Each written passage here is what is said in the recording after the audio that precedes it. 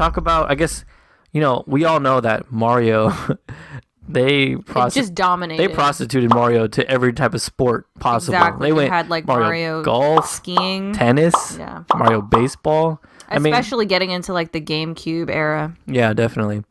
Let's talk about the big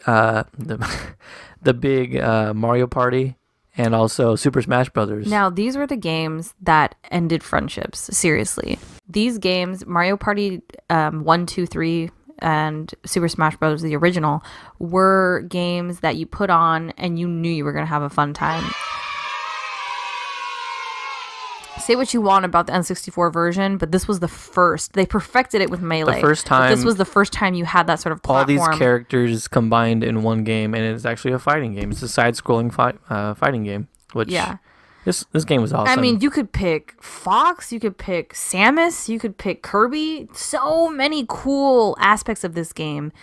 And it's actually led to, making these characters more popular. Like, I know Kirby 64 came out after, and at that point, if you weren't already a fan of the Kirby on the Super Nintendo, you're like, oh, Kirby, let me try his solo game out. Yeah, like the game he had, like the Crystal Shards game. Yeah. Or like you saw Ness, and you're just like, who's Ness? Yeah, like, let me figure it out. All right, let's go into the Zeldas. So you got Zelda Ocarina of Time, and you have Majora's Mask. Oh, man, dude. Yeah, I mean, Ocarina of Time, you can't say enough about it. It is regarded as one of the best games ever for any system. The amount of things that you could do in that world, the open world, the amount, because you know what, this is the problem I have with games today. It's like you put me in front of a PS4 and you put on, I don't know, like PS3, we put on Skyrim. There is just so much stuff in that game that it's overwhelming at times. But with Legend of Zelda Ocarina of Time, you had the ability to conquer all these side quests. You had the ability to like go off and do things not really related to the story yet, but it always brought you back to the story with like in a considerable amount of time. And you had such hard temples like the Water Temple or the Spirit Temple.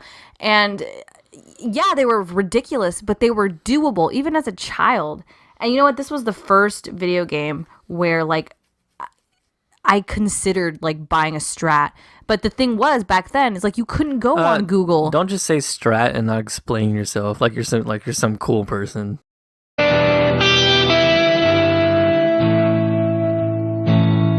Explain yourself. Strategy guide. Okay, don't say a Strat. Okay, well I'm sorry. Jesus Christ.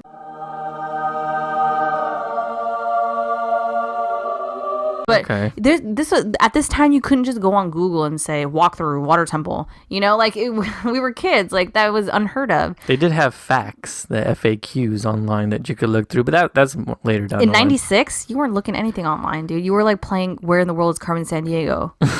Okay, you weren't doing any of that.